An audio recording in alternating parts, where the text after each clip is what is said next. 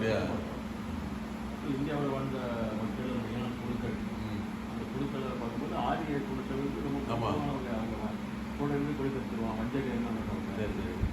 தண்ணி தெளிச்சுட்டு அந்த கருத்தை சொல்கிறாங்க ஆகிடுமா இந்தியா. சரி சரி. அப்புறம் ஆங்கிலேயர் ஆட்சினால அவங்க வந்து அழிகிறது போது ரொம்ப மோசமானவங்க.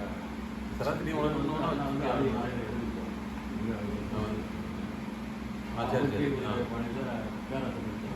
போட்டி போட்டின்னு எழுதிட்டோம். ஆமாம் ஆமாம்.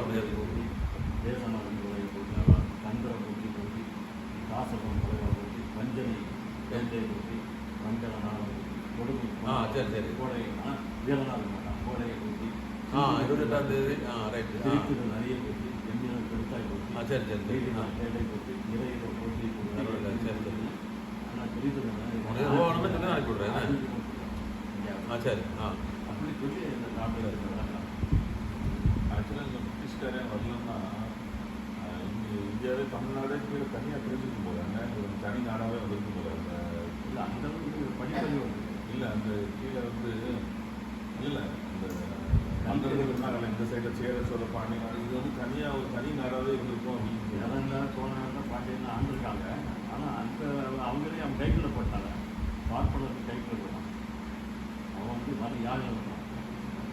பெரியாரை வந்து யாகம் நடத்தி சாகடிக்கிறதுக்கு திருவள்ளுவர் மகாராஜா யாகம் நடத்தான். பெரியார் அது யாகம் வச்சவன் செத்துட்டான். பெரிய ஜெயிலில் இருக்காரு.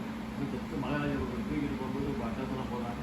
அது உள்ளே கேட்குறாரு என்ன சட்டம் என்ன மகாராஜா இருக்கார். ஆனால் யாகம் நடத்தி சாகணும் இவருக்கு செத்துருவான். அது யாகம் நிறையா இருக்குது. சத்துருக்கரே யாகம் இருந்தான்.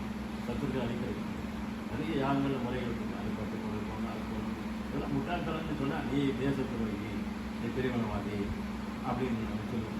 அதுதான் இந்த இந்தியா முன்னேறாங்க.